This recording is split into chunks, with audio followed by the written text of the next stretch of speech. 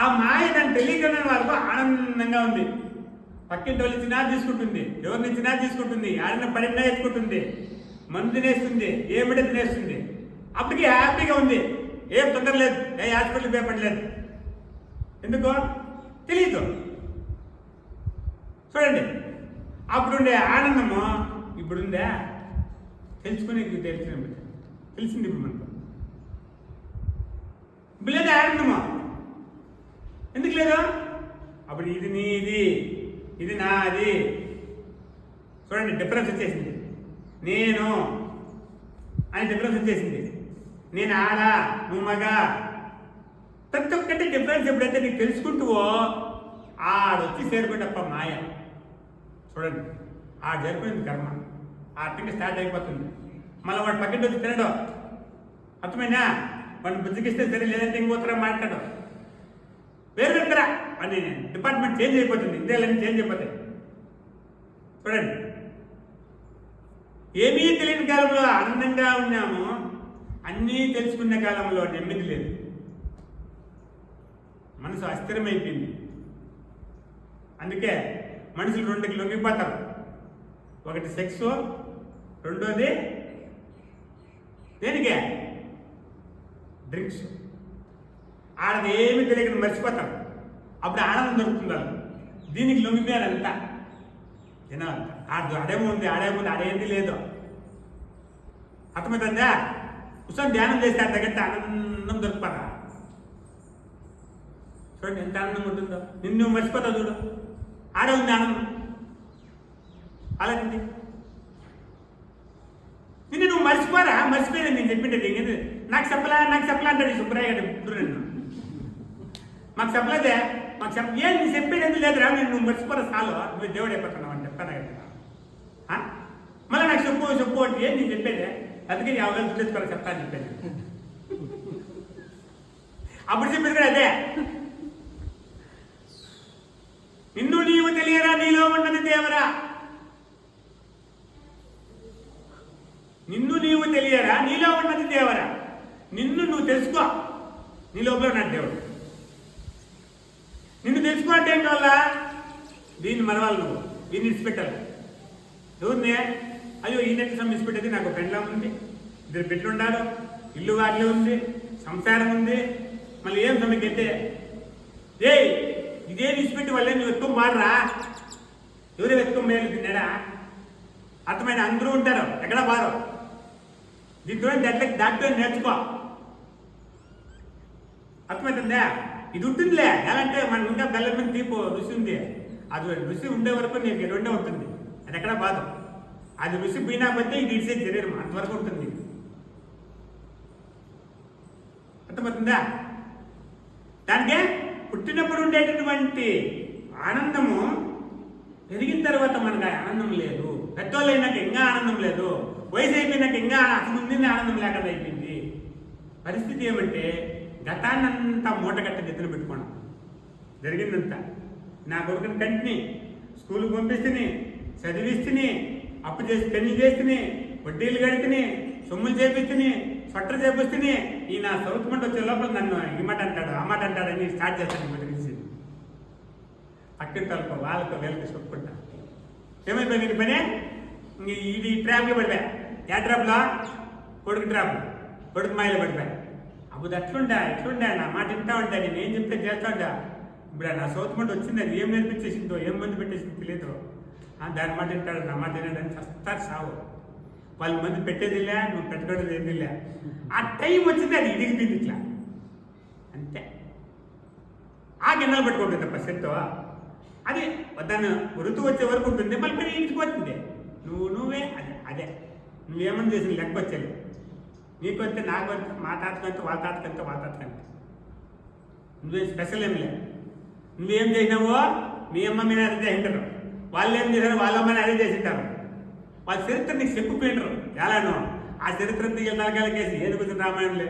వాళ్ళ టైం వచ్చిన వాళ్ళకి ఆ చరిత్ర తెలుసుకుని వాళ్ళకి గమనించి పెట్టారు. చెప్పరాళ్ళు ఏం తాత నువ్వేం కష్టాలు పడినావు అట్లా చెప్పు మాకు, ఏమో చూస్తాం అట్లా అంటేనా? ఏం లేదైనా కాలు వచ్చినప్పుడు తెలుస్తుంది పో అంటారు. ఎందుకంటే ఆ టైం వచ్చి మళ్ళీ చెప్తుందిలే, నేను చెప్పే పని లేదంటారు. అట్లా మనకు ఆ టైం వచ్చినప్పుడు మనకు తెలుస్తుంది దాని స్వరూపం ఏముంది అని. భార్య స్వరూపం ఏమి, బిడ్డల స్వరూపం ఏమి, ఇంకొక స్వరూపం ఏమి, ప్రతి ఒక్క స్వరూపం ఒక కాలం వచ్చినప్పుడు అన్నీ తెలుస్తాయి. ఎవరు చెప్పే పట్ల అర్థమవుతుందా? అందుకు దానికి వేమన మంచి మెత్తడు. పుట్టినప్పుడు బట్టలేదు, పుట్టినప్పుడు బట్టలేదు, నట్ట నడుమన బట్టగట్టి నగుబాటులేలరా.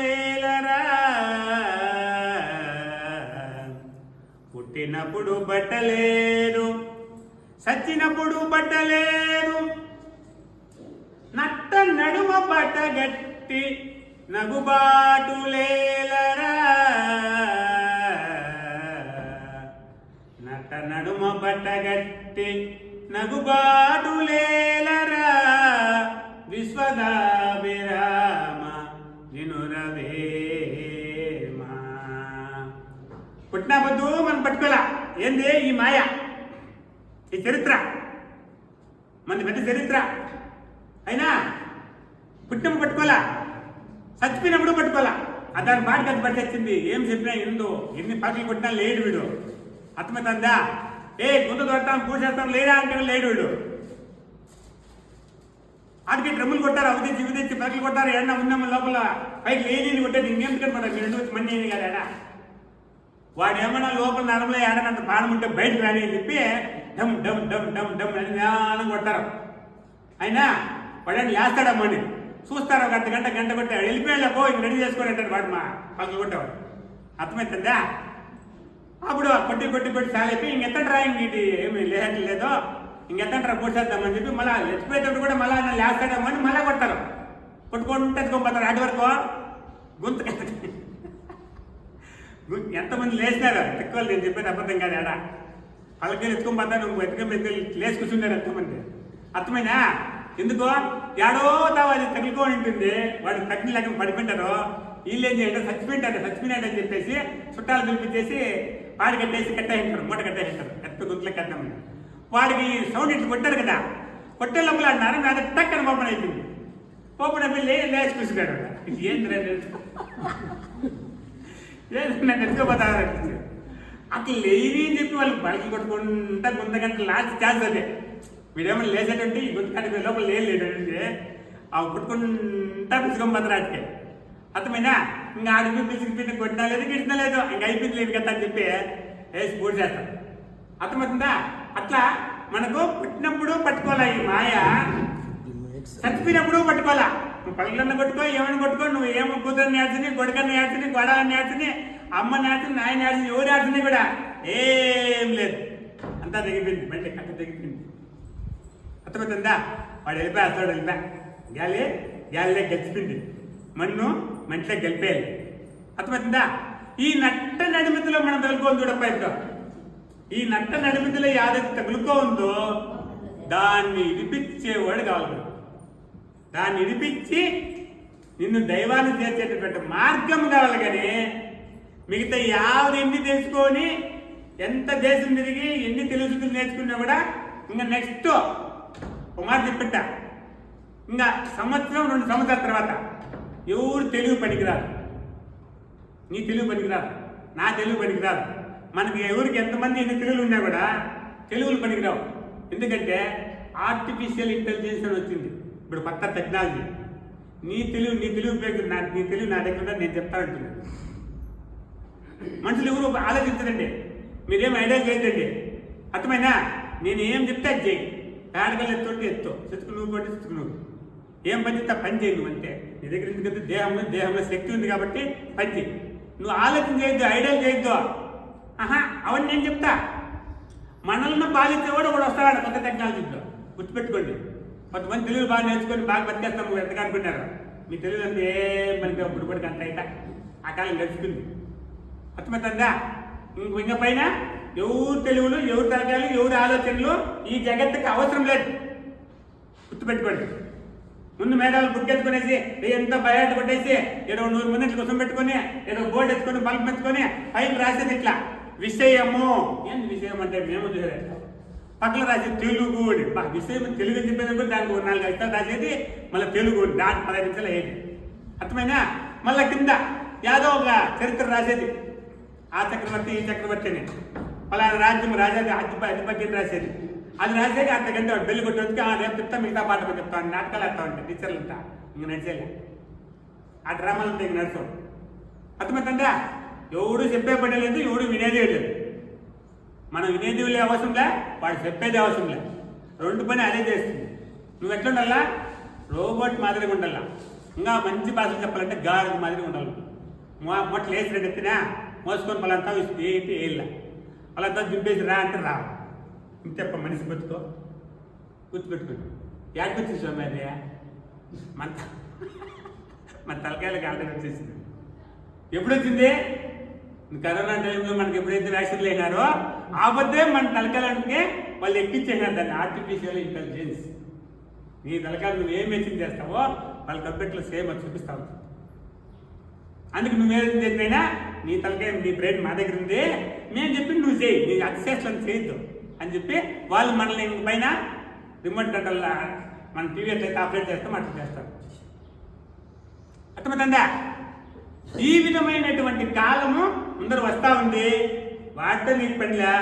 నిన్ను ఏదైతే నువ్వు ఈ మాయలో ఇరుక్కోండావో ఈ మాయని విడిపించుకొని సత్యం పక్క పోయేదానికి ప్రయత్నం చేయండి. నీ అంతరంగం పక్క పోయేదానికి ప్రయత్నం చేయి. ఈ ఎరుగ తెలివులన్నీ ఇంకా పనికిరావు, గుర్తుపెట్టుకోండి. ఈ మాయల తెలివులన్నీ ఏంటికి పనికిరావు. నేను నాకు ఎంత తెలిసి ఇంత తెలిసి ఇంత తెలిసి ఎంత తెలిసినా అంత వేస్ట్ అప్పుడు చెప్తే కదా. తెలుసుకుంటుంటే పెద్ద దరిద్రం మూట. ఆ దరిద్రం మూట ఇడిపించుకునేకే ఈ ధ్యానం కావాలి అంతే. లేకపోతే మనకి ఏం ధ్యానం అవసరం లేదు. అర్థమవుతుందా? ఒకటి సమాజం ట్రాప్ నుంచి పక్కకి రండి, గురు మార్గాన్ని పట్టుకోండి, దాన్ని భక్తితో శ్రద్ధతో నమ్మి ధ్యానం చేసుకోండి. మీకు మంచి ఆరోగ్యం ఉంటుంది, మంచి ఐశ్వర్యం ఉంటుంది. అర్థమైనా? ఆయుష్ బాగుంటుంది. మీకు ఆయుష్ ఉండే దానివల్ల ధ్యానం ఎక్కువ దినాలు చేసుకొని సాధన చేసుకొని మీరు దైవాన్ని పొందే అవకాశం అవుతుంది. అంటే దర్శనం తెచ్చిపోతే నువ్వు ఇప్పుడు ధ్యానం చేయాలి ఎట్లా అవుతుంది పని గుంతలో పూసిపెట్టేస్తారు రాగాలు పెట్టిన అవి రాని కంటే కొంచెం అట్లా 60-70 100 బతుకో. ఏం పడుతుంది? ఇంకా 10 ఏళ్ళు బతుకో. ఏమి బిడ్డలు తెచ్చేదే? అర్థమవుతుందా? రాగాలు తెచ్చుకొని బిన్నాలు తెచ్చిపోతారు. కొంచెం నిదానంగా బతకండి, లాంగ్ పీరియడ్ అయినా బాగా ధ్యానం చేయండి, ఆనందంగా బతకండి. అర్థమైనా? హ్యాపీగా నగండి, హ్యాపీగా ఉండండి, ఏం దోళ్ళు పెట్టుకోండి. అర్థమవుతుందా? ఆ విధంగా మన జీవనాన్ని మనం సెట్ చేసుకోవాలా, లేదంటే ప్రయోజనం లేకపోతుంది. గుర్తుపెట్టుకోండి. ఆ ధ్యానానికి అంత మహత్వం ఉంది. బ్రహ్మంగారు ధ్యానం చేశారు, వేమన్న ధ్యానం చేశారు, కైవారం తాను ధ్యానం చేశారు. మహానుభావులు అందరూ ధ్యానం చేసుకొని దేవుళ్ళు అయినారు. మనము చేసుకోవాలా. మనం చేసుకోకపోతే ఏం చేసేది? ఆలోచన చేయండి. మనం 24 గంటలు ఎవరో పెట్టిన దేవుడిని పూసుకో మనం పూజ చేసుకొని కూర్చుంటే ఎట్లా జరుగుతుంది? కుదరదు కదా. దాన్ని చేసుకొని కుదరదు. నిన్ను నీకు పూజ చేసుకో, నీ అంతరంగంలో నువ్వు పూజ చేసుకో, ఆ నిజమైన సత్యాన్ని పూజ చేసుకో, ఆ మార్గాన్ని పూజ చేయి, ఆ గురు మార్గాన్ని పూజ చేయి. ఇప్పుడు కలిసి పెట్టా, నేను పెట్టా కలిసిమో అయ్యమ్మ లక్ష్మీదేవం వచ్చాడు కూర్చుంటుందా? ఏడా కాదు. కలిసిమంటే ఒక గురు మార్గం. దాంట్లో కూడా 4 అభ్యాసాల మంత్రాలు ఉంటాయి దాని లోపల. కలిసి పూజ చదవండి. ఎవరైనా బుక్ ఉంటే మీ ఇంట్లో బుక్ ఎత్తుకొని చదవండి, బుక్ ఎత్తుకొని. దాంట్లో అన్ని సాంఖ్య యోగం ఉంటుంది, తారక యోగం ఉంటుంది, అర్థమైనా గుండెలోగం అభ్యాసం ఉంటుంది, పంచాక్షర అన్ని దిగిన దాంట్లో పూజ చేసేది. మన అభ్యాసానికి పూజ చేసేది కలిసి పూజ అంటే వేరేమో కాదు. ఆయన లక్ష్మీదేవం నేను పెట్టాను అనుకోద్దంటే. అర్థమవుతుందా? మనం నడిచేటువంటి అభ్యాసము, నడిచేటటువంటి మార్గము చాలా గొప్పది గొప్పది గొప్పది. గుర్తుపెట్టుకోండి. ఆ మార్గము నువ్వు ఎక్కడ పోయినా దొరకదు. దొరికినా కూడా నువ్వు దాంట్లో నడిచేకేయాలి. ఎలా నువ్వు నడిపించేలే వాళ్ళు ఏదో చెప్తారు అంతే, ఇష్టమంటే పట్టుకోలేక పోంటారు. ఆ విధమైనటువంటి గొప్ప ఒక గురుమార్గాన్ని మనం పొందినాము, శ్రేష్టమైనటువంటి గురుమార్గాన్ని పొందినాము. దాన్ని మనం ధ్యానం చేసుకొని మన జన్మని మనం సార్థకం చేసుకోవాలా. గుర్తుపెట్టుకోండి. మనం కన్నీ బిడ్డలనే మనకి ఎట్లా ఉండాలి, బంగారు బొమ్మల మాదిరి ఉండాలా. వాళ్ళు ఈ జగత్తు లేని పదవులంతా వాళ్ళకే రావాలా. వాళ్ళకి ఏమి కష్టాలు రాకూడదు, వాళ్ళకేమి రోగాలు రాకూడదు. వాళ్ళు అట్లుండాలా ఎట్లుండాలా అట్లుండాలా ఎట్లుండాలా అంటే అవన్నీ ఏం కళ్ళగలంత వాడే కర్మ పట్టుకొస్తే వాడి కర్మ అది నీ కర్మ ఇది అంతే. ఎవరు అందరూ కళ్ళగంటారు వాళ్ళ బిడ్డల గురించి, వాళ్ళ కుటుంబాల గురించి, వాళ్ళ భార్య భర్త వాళ్ళ గురించి ఒకరు కళ్ళగంటారు. అవి ఏవి నడుచవు. వాడి కర్మశేషం ఏముందో వాడు ఏమెత్తుకుంటాడో దాన్నే వాడు అనిపిస్తాడు. కానీ నువ్వేమి చేసినా అది కాదు. నీ భ్రమ అంతే భ్రమగానే మిగిలిపోతుంది. ఇది సత్యం. బాధ్యత ప్రకారం మీరు ఏం చేయాలో చేయండి. మీ జన్మని ప్రశాంతం చేసుకునేదానికి గురుమార్గం నడిచండి అంతే. చాలా మంది ఏం చేస్తారంటే 24 గంటలు వాళ్ళదే చింత అది కాదు. అది ఊరికే నువ్వు దాంట్లో ఆ ట్రాప్లో పడిపోతావు. అందుకే ఎత్తుకుంటాలి మనం. అర్థమవుతుందా? ఆ విధంగా మనము ధ్యానం చేసుకొని గురుమార్గాన్ని నమ్మి ప్రతినిత్యము నడుస్తూ ఉన్నా ధ్యానం చేయాలా. పండుకునే ముందు ధ్యానం చేసుకుంటా పండుకోవాలా. అర్థమవుతుందా? పండుగ ముందు కూడా నువ్వు ధ్యానం చేసుకుంటా పండుకున్నావు కదా, ధ్యానం చేసుకుంటా పండుకో. అది అంతా ధ్యానం తిరుగుతూ ఉంటుంది, దేహం నిద్రపోతూ ఉంటుంది. చూడండి ఎట్ల సమయం నీకు గుర్తు అంటే తెల్లారి నిద్రలేసినప్పుడు నీకు కళ్ళ రాకూడదు. కళ్ళను వస్తుంది. చూడండి నిద్ర లేస్తాను యాదో ఒకటి కలగంటాడు ఊరికి లేస్తాం, అది రాకూడదు. ధ్యానం చేస్తానే ఉండాల. అప్పుడు నీకు లెక్క కరెక్ట్ అనిపించింది. రాత్రి ధ్యానం స్టార్ట్ చేస్తే తెల్లారి నిద్రలేస్తే ధ్యానం జరుగుతూ ఉంటుంది అంటే అంతా నీకు ధ్యానం జరిగింది అని అర్థం.